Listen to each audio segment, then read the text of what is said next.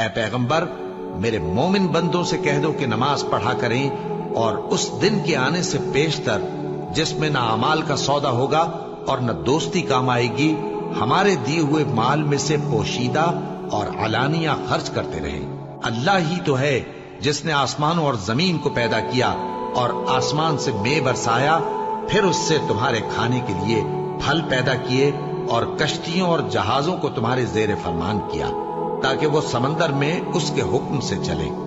اور نہروں کو بھی تمہارے زیر فرمان کیا، اور سورج اور چاند کو تمہارے لیے کام میں لگا دیا کہ دونوں دن رات ایک ڈگر پر چل رہے ہیں، اور رات اور دن کو بھی تمہاری خاطر کام میں لگا دیا، اور جو کچھ تم نے مانگا سب میں سے تم کو عنایت کیا، اور اگر اللہ کے احسان گننے لگو تو شمار نہ کر سکو، مگر لوگ نعمتوں کا شکر نہیں کرتے۔ کچھ شک نہیں کہ انسان بڑا بے انصاف ہے۔